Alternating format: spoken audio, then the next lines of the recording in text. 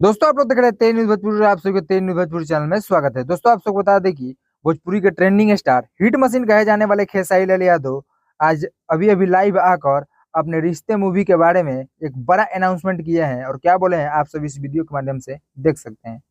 नमस्ते प्रणाम। हम खेसारी लाल यादव वो सबके बेटा वो सबके भाई वो सबके भतीजा।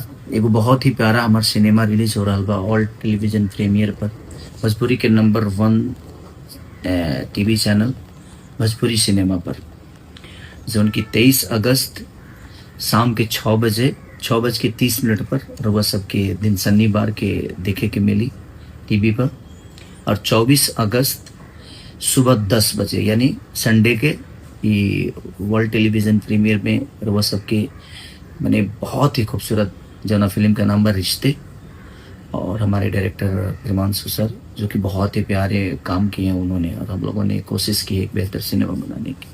तो वो लोग जरूर होकर के देखी 23 अगस्त के शाम 6:30 बजे और 24 अगस्त के सुबह 10 बजे भोजपुरी के नंबर 1 चैनल भोजपुरी सिनेमा पर। तो वो सबके देखे के मिली। लव यू, अपन प्यार और आशीर्वाद दी।